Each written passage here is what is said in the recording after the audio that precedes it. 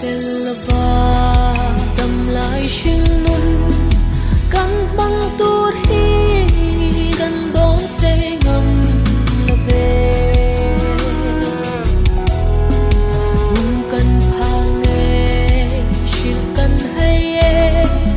tu lo son ba na kai mo vang khudai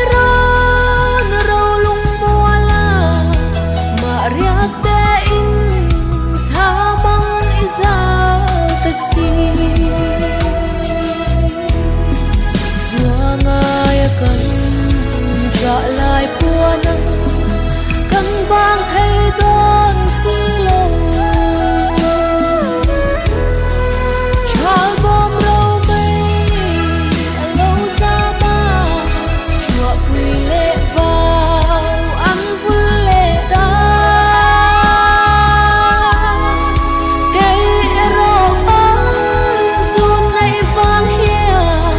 vui lại đi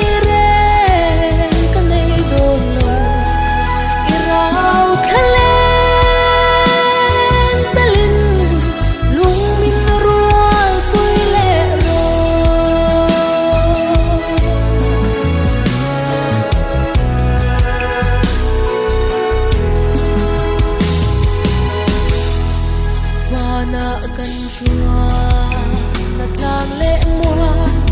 các phân giang hiền lung lễ thâu lễ truy su suy lễ chập đua nín mơ thìn lại rúp reng đâm ni ống lâu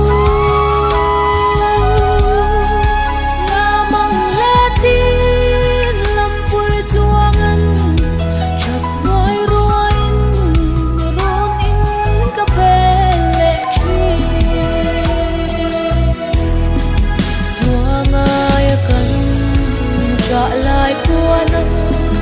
căng vang thay đón xí lâu trái bom râu mây lâu ra ba chùa quỳ lệ vào ăn vui lệ đá cây rô vang suốt ngày vang hia vui lại đi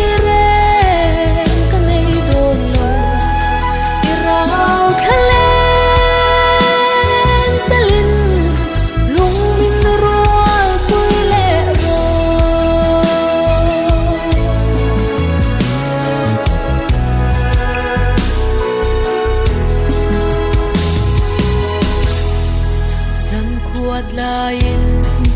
do rem lai kum ma ten ka bel o itel ve silo zan ching lo hia ma ten ka do zuang in ma chun ne mi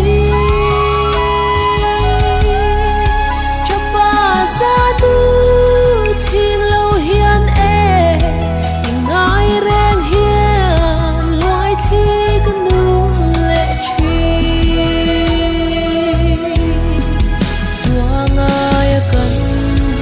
trả lại của nắng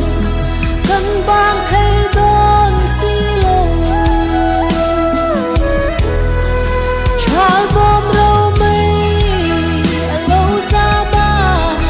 chùa quỳ lệ vào ăn vui lệ đá cây rô vang xuân ngày vang hia vui lại đi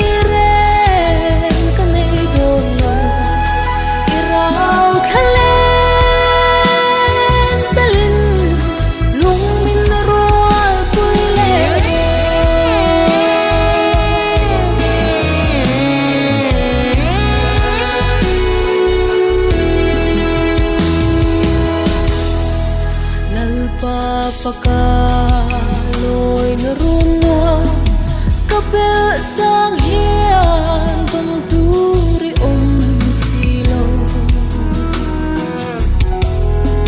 chin mit le